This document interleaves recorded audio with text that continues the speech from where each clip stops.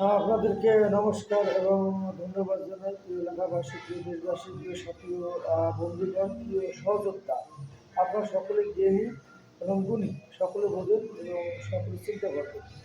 বাংলাদেশে দেখবেন যখনই মন্দির ভাঙচুর, অগ্নিসংযোগ এরকম ঘটনা ঘটে, অলরেডি বর্তমান দুর্গাপূজাকে কেন্দ্র করে বা সামনে দুর্গাপূজা অলরেডি একটা ঘটনা ঘটে গিয়েছে, যা গাইবান্ধা জেলায়।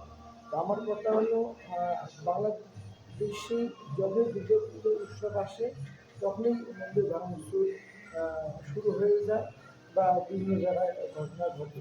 কেনই বা এগুলো ঘটনা ঘটে?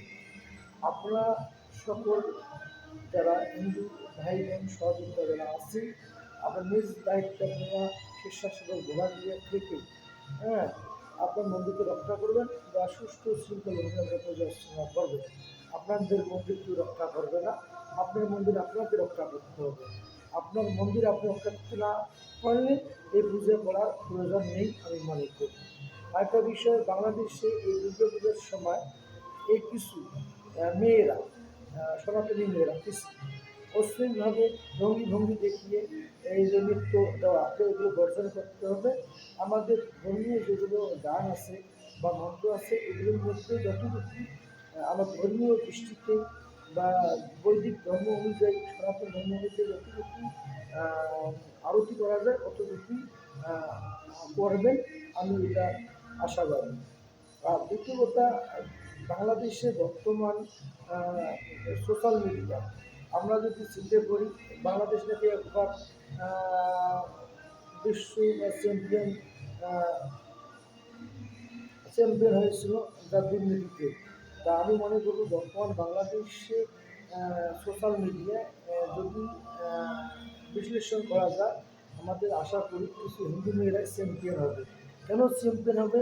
এই সমস্ত মেয়েগুলো কোনো ধর্ম মানে না, কর্ম মানে না, পূজা অর্চনা বাড়িতে বা দুর্গা মন্দিরে গিয়ে বিভিন্ন অশ্লীলভাবে পোশাক পরিয়ে রঙিন ভঙ্গি দৃষ্টি দৃষ্টি দেখানো, অশ্লীল রঙিন ভঙ্গি দেখা, এইগুলো বর্জন করতে হবে। এই সোশ্যাল মিডিয়ার যে সমস্ত এগুলো প্রভাবন্ড ছড়াচ্ছে এই সমস্ত মেয়েরা, যা যুব সমাজ ধ্বংসের দিকে বা বিপন্নর দিকে। আমরা সকলে সতর্ক থাকবেন এগুলো যদি করতে না পারে। এই সমস্ত মেয়েদের কারণে আজকে আমাদের হিন্দু সমাজটা আমাদের ধ্বংসের দিকে, বিলুপ্তির দিকে। আজকে আমরা বাংলাদেশে হাজার হাজার বা শত সংগঠন থাকার পরেও আজকে আমরা বাংলাদেশ এই 54 বছরে এত আমরা ট্যাগ লাগানো বা দালালির শিকার এখানে হইতেছে। তার মূল কারণ হলো আমরা নিজেরাই। আমরা 54 বছরে আমরা দালালিকে আমরা দালালকে আমরা পরিত্যাগ করতে পারি নাই, আমরা দালালকে আমরা মোচন করতে পারি নাই।